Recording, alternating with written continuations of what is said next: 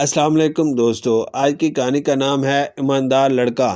ایک دفعہ کا ذکر ہے کہ کسی شہر میں ایک مشہور چور رہتا تھا۔ ایک دن اس چور نے اپنے بیٹے کو پاس بلایا اور کہا، اگر تمہیں مجھ سے محبت ہے تو تم چور بننا ہی پسند کرو گے، اس کام میں بہت فائدہ ہوگا۔ بیٹے نے جواب دیا، ابا جان، اگر میں آپ کی نصیحت پر عمل کروں گا تو کوئی میری عزت نہیں کرے گا اور میں لوگوں کی نظروں میں گر جاؤں گا۔ میرا دل کہتا ہے کہ میں محنت کر کے اپنے لیے روزی روٹی کماؤں اور عزت کی زندگی بسر کروں۔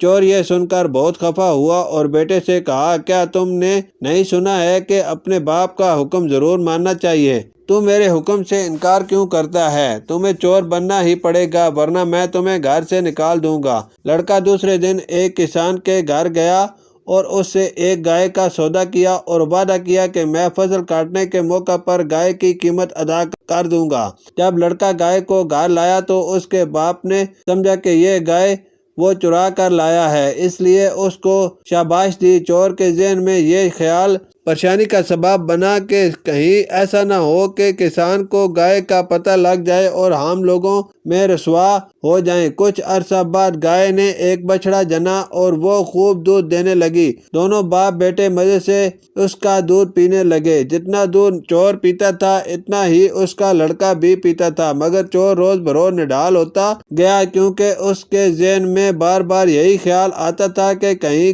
گائے کی چوری کا راز کھول نہ جائے اور وہ رسوا نہ ہو جائے۔ دوسری طرف اس کا لڑکا دودھ پی پی کر موٹا تازہ ہو رہا تھا۔ ایک دن بیٹے نے باپ سے پوچھا، ابا جان، آپ روز بروز اتنے کمزور کیوں ہوتے جا رہے ہیں جبکہ میں تندرست ہوتا جا رہا ہوں؟ اس پر باپ نے اپنے دل کا اصلی حال بتا دیا۔ بیٹے نے کہا، ابا جان، آپ کوئی فکر نہ کریں، میں نے وہ گائے کسان سے چرائی نہیں بلکہ خرید لی تھی، اس لیے کوئی اس گائے پر اپنا حق نہیں جما سکتا۔ جب چور نے اپنے ہونہار اور ایماندار بیٹے کی بات سنی تو وہ بولا نہ سمایا۔ اس نے بیٹے کے سامنے وعدہ کیا کہ وہ آئندہ کبھی چوری نہیں کرے گا بلکہ محنت مزدوری کر کے حلال کی روٹی کمائے گا۔ شکریہ۔